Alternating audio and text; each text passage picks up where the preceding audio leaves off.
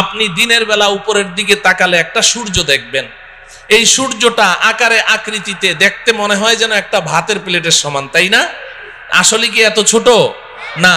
বিজ্ঞান আমাদেরকে ধারণা দিয়েছে যে এই সূর্যটা এই পৃথিবীর চেয়ে 13 লক্ষ গুণ বড়। সুবহানাল্লাহ বলেন, কত বড়? 13 লক্ষ গুণ বড়। এই পৃথিবীর সাথে আরো 13 লক্ষটা পৃথিবী এই সমান জোড়া লাগান, যত বড় হবে সূর্যটা এত বড়। সুবহানাল্লাহ বলেন।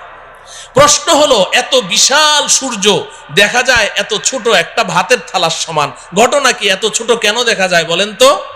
অনেক উপরে, বলেন অনেক উপরে। প্রশ্ন হলো সূর্যটা কত উপরে আছে? বিজ্ঞান আমাদেরকে ধারণা দিয়েছে যে এই সূর্যটা এই জমিন থেকে 9,30,00,000 মাইল উপরে আছে। সুবহানাল্লাহ বলেন, কত উপরে বলেন? 9,30,00,000 মাইল। মুখে তো বলে ফেললাম, কল্পনা করা যায়? 9,30,00,000 মাইল উপরে সূর্য। আচ্ছা যাই হোক, এই সূর্যের দেশে যদি আপনি চলে গেলেন 9,30,00,000 মাইল উপরে, সেখানে গিয়ে কি আমাদের আসল বাড়ি জান্নাতের কোনো সন্ধান পাওয়া গেল? তাহলে আরো উপরে যেতে হবে। যেহেতু আল্লাহ বলেছেন উপরে আছে, তাহলে উপরে আরো উপরে যেতে হবে। চলেন উপরে যাই। সন্ধ্যাবেলা আপনি উপরের দিকে তাকান, দেখবেন যে মিটমিট করে জ্বলছে জোনাকি পোকার মতো। এগুলো কি? তারা। আচ্ছা ভাই বলেন তো দেখি, এই তারাগুলো আকারে আকৃতিতে এই জোনাকি পোকার সাইজ নাকি আরেকটু বড়? তারাগুলো কত বড়? তারাগুলো কত বড়?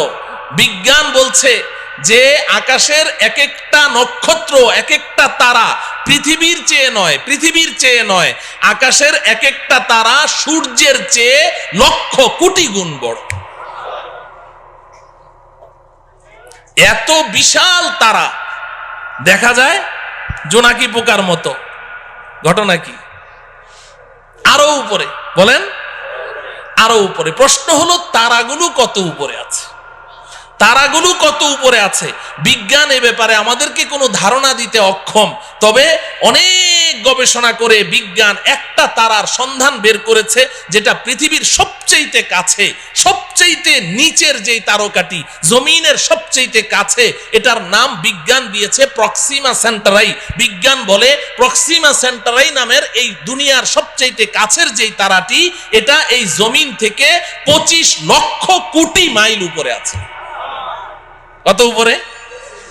25 লক্ষ না, 25 লক্ষ কোটি মাইল উপরে। 25 কোটিও না, 25 লক্ষও না, কত? 25 লক্ষ কোটি মাইল উপরে হচ্ছে সবচেয়ে কাছের তারা।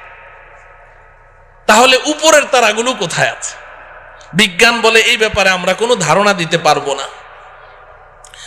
তাফসিরে রুহুল বায়ান নামে একটি কিতাব আছে, তাফসিরের কিতাব। তাফসিরে বলেন রুহুল বায়ান, তাফসিরে রুহুল বায়ান। এই কিতাবের মধ্যে আছে, আল্লাহর কুদরত বুঝার জন্য বলছি, আমাদের বিবেকের মধ্যে এতটুকু ধারণ ক্ষমতা নেই বুঝার মতো, আল্লাহর কুদরত একটু বুঝার জন্য বলছি। এই যে স্টেজে লাইট জ্বলছে, এই যে আলো জ্বলছে, এই আলো দৌড়ায় কি দৌড়ায় না? আলো দৌড়ায় না? আপনি টর্চ অন করেন, টর্চ লাইট, সাথে সাথে আলোটা দেখবেন ওই দেয়ালের গায়ে দেখা যাচ্ছে। দৌড় মারলো কিনা? কত মাইল স্পিডে? আলোর গতি কত বলেন? প্রতি সেকেন্ডে, ঘন্টায় না, প্রতি সেকেন্ডে 1,86,000 মাইল দূরে চলে যায় আলো। আপনি চোখের পলক মেরেছেন না, এই চোখের পলকে আলোটা কত দূর চলে যায়? 1,86,000 মাইল। একটু কল্পনা করেন আল্লাহ পাকের কুদরত কত, শক্তি কত। এই আলোর গতিটা মনে রাখেন। এবার তাফসিরে রুহুল বায়ানের মধ্যে আছে, আল্লাহ রব্বুল আলামিন আকাশে এমন অসংখ্য অগণিত তারা সৃষ্টি করেছেন, যেই দিন আল্লাহ পাক ওই তারাগুলোকে সৃষ্টি করেছেন, কত হাজার বছর আগে সৃষ্টি করেছেন আল্লাহ ছাড়া কেউ বলতে পারবে না। যেই দিন ওই তারাগুলো সৃষ্টি করেছেন, ওই দিন প্রত্যেকটা তারা তাদের নিজ নিজ আলো পৃথিবীর দিকে ছেড়ে দিয়েছে। ওই আলোগুলো দৌড় শুরু করেছে প্রতি সেকেন্ডে 1,86,000 মাইল স্পিডে দৌড় শুরু করেছে। আজও সেই আলো পৃথিবীর দিকে দৌড়াচ্ছে, আজও দৌড়াচ্ছে, এখনো পর্যন্ত পৃথিবীতে এসে পৌঁছতে পারে নাই। অতএব কল্পনা করে দেখুন যে আকাশের তারাগুলো কোথায় আছে। আল্লাহ। আচ্ছা, সেই আকাশের তারা যেখানে আছে সর্বোচ্চ তারা ওই পর্যন্ত গেলাম, কিন্তু আসল বাড়ির কোনো খোঁজ খবর পাওয়া গেল? হ্যাঁ, তাইলে আরো উপরে যেতে হবে। যেতে রাজি? এই জমিন থেকে সবার উপরে যেই তারাটি আছে এর উপরে আর কোনো তারা নেই, সৌরজগৎ শেষ, এরপরে মহাশূন্য শুরু হয়ে গেছে। এই জমিন থেকে সবার উপরে যেই তারাটি আছে ওই পর্যন্ত আপনি যেই পরিমাণ পথ অতিক্রম করলেন, সবার উপরের তারাটা পার হয়ে আরো ঠিক এই সমপরিমাণ মহাশূন্য পাড়ি দিয়ে আপনি যদি উপরে যেতে পারেন, সেখানে গিয়ে পাবেন প্রথম আসমানের তলা। কি পাওয়া যাবে? প্রথম আসমানের তলা পাওয়া যাবে। আসমান আছে না নাই? হ্যাঁ, বিজ্ঞান কি বলে? বিজ্ঞানের ছাত্ররা এখানে আছে না? বিজ্ঞান তো আসমানকে স্বীকার করে না। বিজ্ঞান বলে আকাশ বলতে কিছু নেই। আল্লাহ, আকাশ আছে তো? বিজ্ঞান অস্বীকার করলো যে। একটা গল্প শুনবেন।